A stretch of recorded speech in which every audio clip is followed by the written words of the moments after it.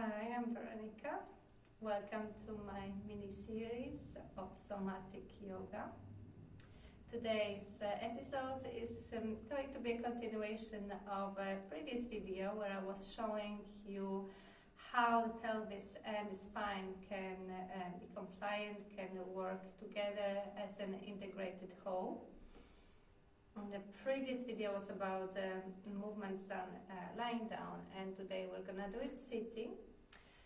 But the particular two moves I'm going to show you today are also great for finding a balance in the pelvic area and balancing the right and left side of the body. It might be quite helpful if you have any problems with sacroiliac or maybe even holding some tension in the lower back. The twisting movement that we're gonna do might help you even all along the spine. So we're going to start by sitting on one side of the heels, and from here move one leg a little bit farther back and one leg a little bit forward until you end up in a position where one leg is fully externally rotated and the one behind is internally rotated. And you might notice that it feels a little bit awkward, or that one hip is much lifted off the ground. Don't worry about that. If it feels very uncomfortable, you might think about using some sort of support, for example a blanket, but it's only if it's really necessary. We're going to come back to the movement that is quite common in the somatic yoga, the pelvic tilts. We've done it lying down, now we're going to do it seated.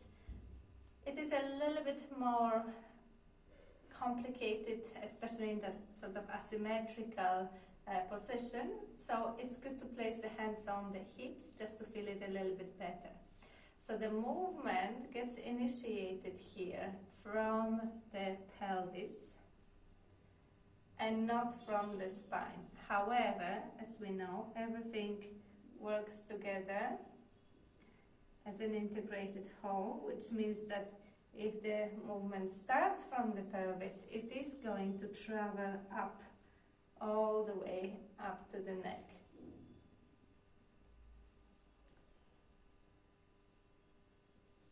And you could think of it also as of the movement that is shortening the front of the body when the pelvis tilts backwards, and opening the front and shortening the back when the pelvis tilts forward.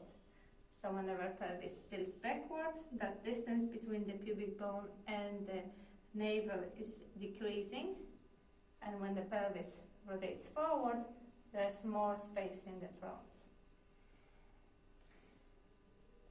The movement should be made as smooth as possible. So this is the key to success here. Not how far you're moving, not how fast, but how slow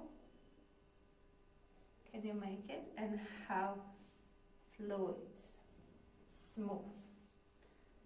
You might notice that there are some places that feel as if you are overcoming some obstacle, you're stuttering. It might feel even like slightly robotic. So try to go as many times as possible over and through, forward and backward, so that eventually it will become smooth.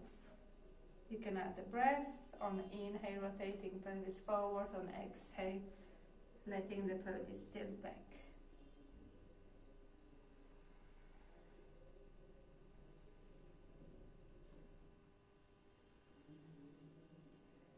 And then you can land somewhere more central. And see if you can make circles with your pelvis. And it might give you even more feedback on all those areas that feel a little bit stuck. It is slightly more complicated. So if you're struggling with the pelvic tilts, stay with the tilts for now. You can change the direction, check both.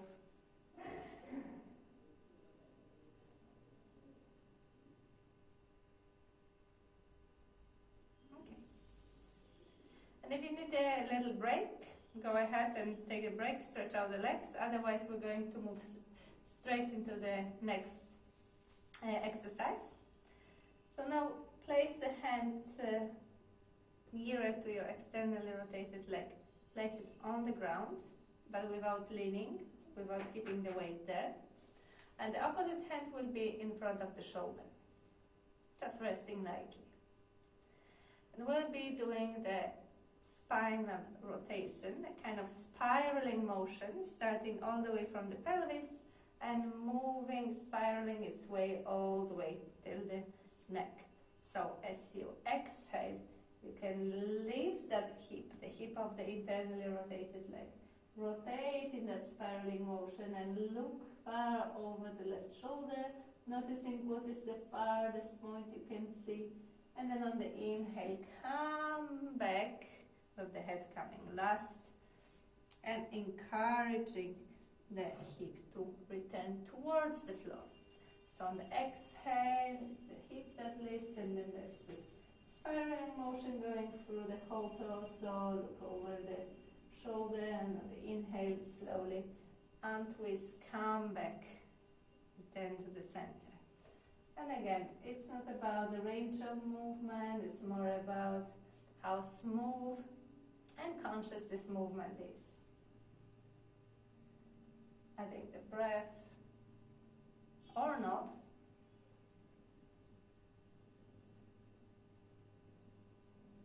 And now we're going to make it a little bit more complicated. So the torso will be still making exactly the same movement, rotating in that spiraling motion, but the head will be turning in opposite direction to the torso. So as you exhale, the torso rotates and you look over the shoulder, somewhere behind you. And on the inhale, the torso derotates, but your head turns in opposite direction, somewhere behind you.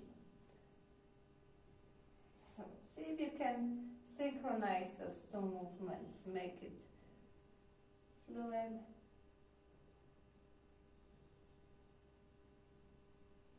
And if you want to add the breath, you could still exhale when you rotate the torso.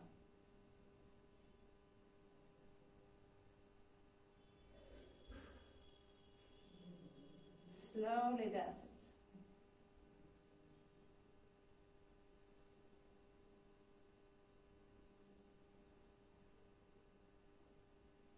Come back to the center. And then the last time, again, we're gonna rotate the entire body together with the head. And you can check how far you can look now behind you. Possibly this increased. Lovely. So we're gonna do the second side. If you need to stretch out the legs in between, you can do it. You can change the legs any way you wish, possibly even without using your arms. And end up in a position when, again, one leg is externally rotated, the second one is internally rotated. It might feel very different on that side. It might feel that one hip is much higher or something is, one leg is much higher. It's totally normal, but it's interesting to notice all those little imbalances and asymmetries. And then again, you can place the hands on the hips and start tilting the pelvis forward and backward. So on the inhalation, it's the front of the body that opens and the pelvis rotates forward, and on the exhalation, the back of the body opens and the pelvis rotates backwards.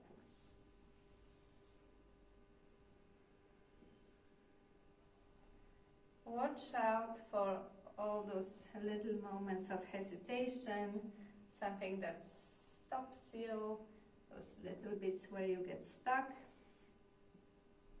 Keep on coming back to them, going over them.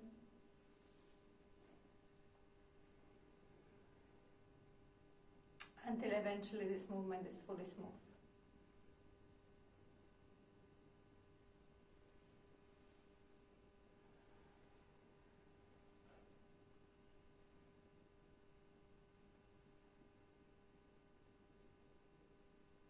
And you could also try the circles, the pelvic circles, only if it's not too complicated, if you already did the pelvic tilts with ease.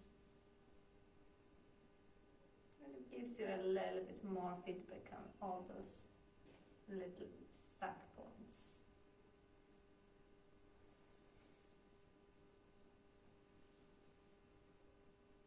Come back to the center. If you need a little break, you can do it. Otherwise, go for the twisting bit. So one hand is outside of the externally rotated leg, the other one is in front of the shoulder.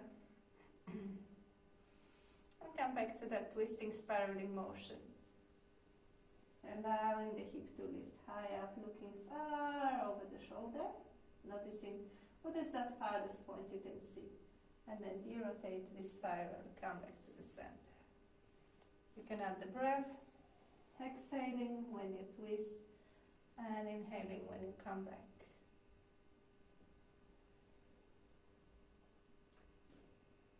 That movement starts from the pelvis and travels up the whole body, ending with the head and neck.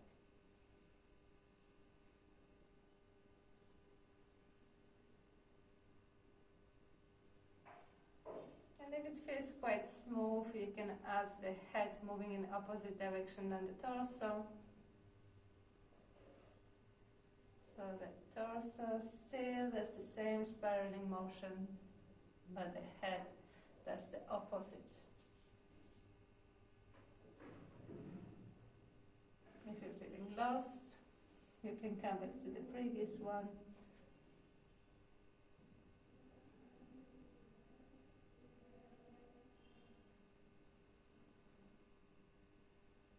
And you could still exhale when you rotate the torso. And inhale when you come back. But if you feel it's too confusing, don't worry about that.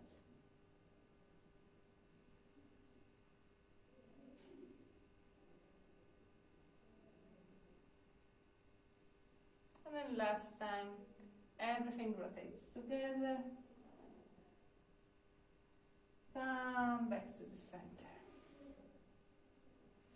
And you might want to stretch the legs out for a moment, or you could also place the feet on the ground and do some windshield wipers, allowing the legs to drop from side to side. And again, noticing that this movement actually travels all the way from the feet, through the legs, through the hips, and then up the spine. It's always nice to finish with a moment of stillness, maybe in something more symmetrical, for example, sitting on the heels. If you need a cushion, you can always grab it. Just staying silently for a few breaths after this practice. Thank you very much.